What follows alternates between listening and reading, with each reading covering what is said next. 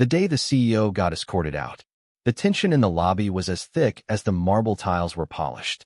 "Get out. Security, escort this man out. Now." The voice of Derek Langston, the branch's senior loan officer, cut through the silence like a razor.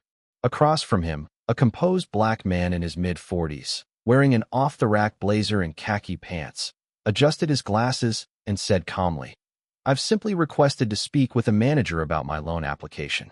I haven't raised my voice or been confrontational in any way." "You people are all the same," Derek sneered. "We don't hand out loans to scammers. You're only here to make a scene." The guards didn't hesitate. With a silent nod, they moved forward and led the man toward the door. What no one knew, not Derek, not the security guard named Thomas, not the woman at reception, was that they had just thrown out the CEO of the bank they worked for. His name was David Ingram, founder and chief executive officer of Summit National, a financial institution with over 200 branches nationwide, born from his own family's pain. David's parents had once been denied loans not because of finances, but because of their skin color. He had grown up watching their dreams die quietly and promised himself he would one day build a bank that would treat every applicant with fairness, transparency, and dignity. And for a while it had, or so he thought. Just the day before, David had stopped by a small grocery store in the Westwood neighborhood, his childhood neighborhood, to grab some milk. There, in the next aisle over, two black men were talking in hushed, disappointed tones. "Even Summit turned me down," one said. "I did everything right. Paperwork, tax returns, collateral, perfect credit. Same thing happened to my cousin at the downtown branch," the other replied. "Feels like they've got a one black man per month quota." David froze mid-reach, his fingers still wrapped around a carton of milk. "Summit was supposed to be different," the taller man muttered. "Their founder, what's his name, Ingram? Always talking about equality. Just talk," the first man spat. "Same discrimination. Just a nicer building." David left without buying a thing. That night, alone in his office, he stared at the framed mission statement on the wall, "Financial opportunity for all communities." It rang hollow. The next morning, David did something drastic. With the help of a theatrical makeup artist, his appearance changed. A different pair of glasses, faint stubble, cheaper clothing. His posture was altered too, less confident, more reserved. His usual tailored suit and polished demeanor were left behind. He became David Wilson, just another loan applicant with all the right qualifications, except the name and appearance. His destination, Summit National's flagship branch downtown, the very heart of his empire. The building stood like a testament to modern finance. Glass, granite, steel. People in power suits and expensive shoes streamed in and out. David, now Wilson, stepped inside, clutching a loan application packed with everything a lender could dream of. 8 years of successful business history, collateral, contracts in hand, a flawless credit score. As he waited quietly in the lobby, he saw it unfold. A white man in his 50s, Mr. Kensington, was greeted with enthusiasm by a staff member named Samantha. Hugs. Questions about his daughter's graduation. His portfolio already pulled and waiting on the loan officer's desk. Smiles all around. Then came David's turn. "Can I help you?" the receptionist asked flatly, not bothering to look up. "Yes," he replied with a gentle nod. "I have an appointment. Name's Wilson. David Wilson." She shoved a clipboard his way. "Fill this out. We'll get to you when someone's free." He filled it out. And he waited. 10 minutes. 15. 30. 3 white applicants arrived after him. All were seen immediately. Eventually, Alicia at the desk called, "Mr. Wilson, Derek will see you now." Inside Derek Langston's office, David was greeted not with a handshake, but suspicion.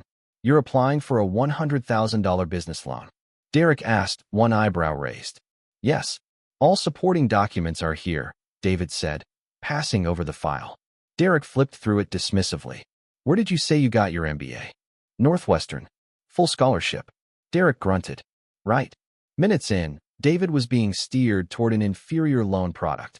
Higher interest, shorter repayment, targeted at underserved communities. "Why would I choose this option when my qualifications exceed your standard loan requirements?" David asked. "People from your background," Derek said, voice low, "often don't understand financial responsibility the same way established business owners do." David inhaled deeply. What exactly do you mean by my background? Vivian Chun, another officer in the room, busied herself with her notepad. I mean statistically, you know. Demographics. You mean because I'm black? David asked. No. Derek stammered. That would be illegal.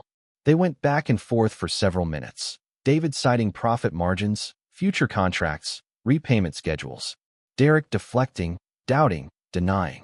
It culminated with Derek whispering to Vivian, not realizing David could hear perfectly. We're wasting time on this lowlife.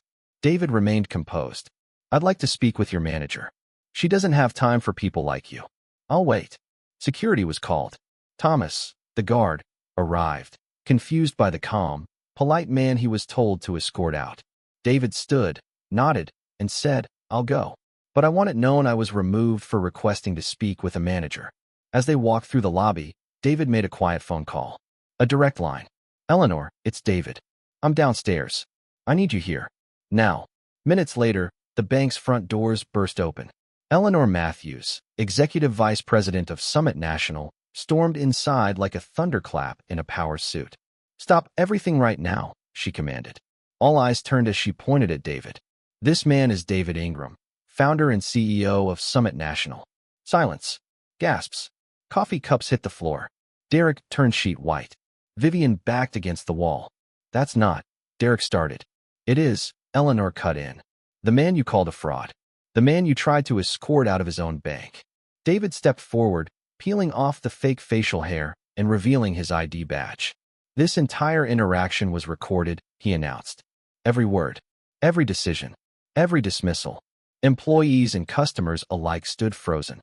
I built this bank to be different, David said. To be better. But what I've seen today tells me we've failed. Derek tried to explain, to backtrack, to beg. It didn't matter. You have 7 minutes to collect your things, Eleanor said flatly. You and everyone who enabled this. Thomas, the security guard, stood straighter now, awaiting instruction. Escort Mr. Langston and Ms. Chun from the premises, David said. As they were let out, David turned toward a young black couple still waiting in the lobby. Mr. and Mrs. Daniels, he said, having memorized their names. May I personally review your application? The couple looked stunned, then nodded. That afternoon, David convened an all-staff emergency meeting in the main conference room. Footage of the interaction played on the big screen. So did comparison videos showing how white applicants were treated that same day. By the end of the video, some staff were in tears. This ends now, David declared. We are not a bank that tolerates discrimination. Starting today, every branch will undergo full retraining. We will implement a mystery shopper program. Every declined application from this branch in the last 90 days will be reviewed. Those that qualify will be approved, with a personal call from me. That evening, David returned to the grocery store in Westwood. The same two men were there. He approached them slowly, humbly. My name is David Ingram, he said. I'm the CEO of Summit National. I overheard your conversation yesterday, and I want to fix this, not just for you, but for everyone. One of the men blinked. You're him. I am. And I'd like to review your loan applications myself. The following morning, both men walked into Summit's executive floor, not as forgotten applicants, but as the first clients of a bank being reborn. For David Ingram, the disguise had come off. But what it revealed would change Summit National, and perhaps the banking world, forever.